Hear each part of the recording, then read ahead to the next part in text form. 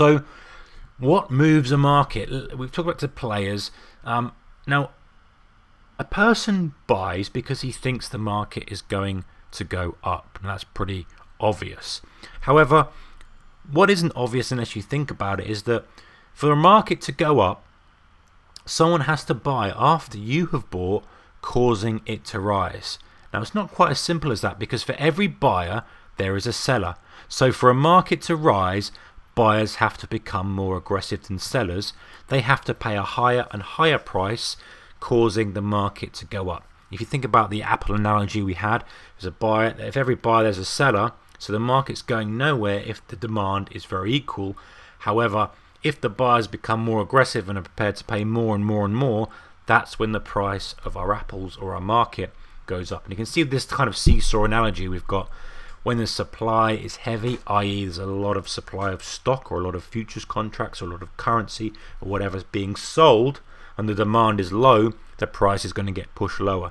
Vice versa, if there's a lot of demand for the product, there's a lot of demand for wheat, demand for corn, and there's not much supply there, price is going to get pushed higher. So market moves go hand in hand with volume. If 100 shares trade at say 201p, or even 5 million shares trade at that same price, the price is still 201p. Back to the Apple analogy, if I buy one apple from you, the price is the price we transacted at. If I buy 1,000 apples from you, the price is the price we transacted at. It's an important concept to understand, because if supply is equal to demand, regardless of volume, the market is not going to move.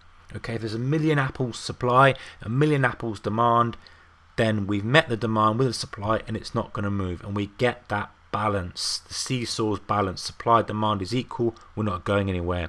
However, if we have a massive supply or demand imbalance, so we get an out of balance situation, that presents the opportunities for traders, and that's well worth remembering, because that is when we get our very, very, very best trades.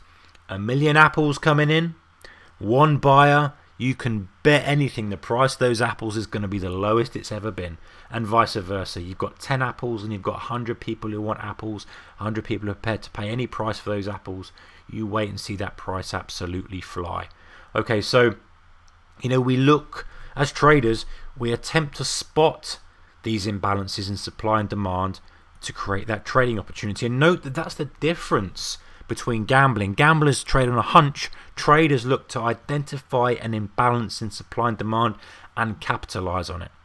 Okay, and to do this, we use tools like charts, etc., to help us make decisions. Now, I want to just run through an example here of how the market moves. Now, we've used the Apple analogy, but let's use an analogy based on actual price. So let me run through and get my drawing pen out to show you a little bit easier.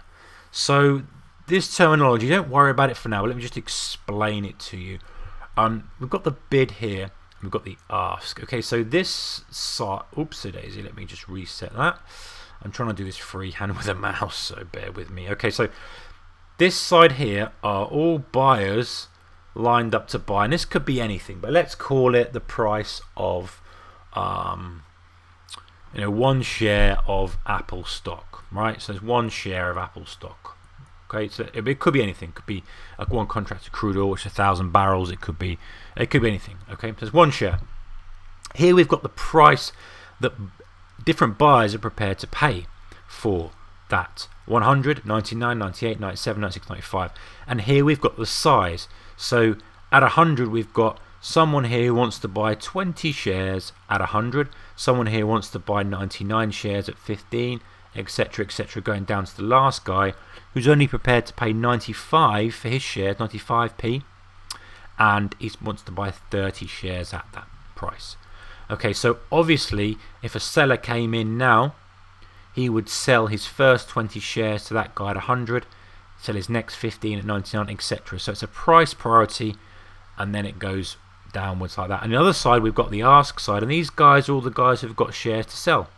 So this guy's got 21 shares to sell at 101, 31 to sell at 102, 25 at 103, and 20 shares to sell at 104.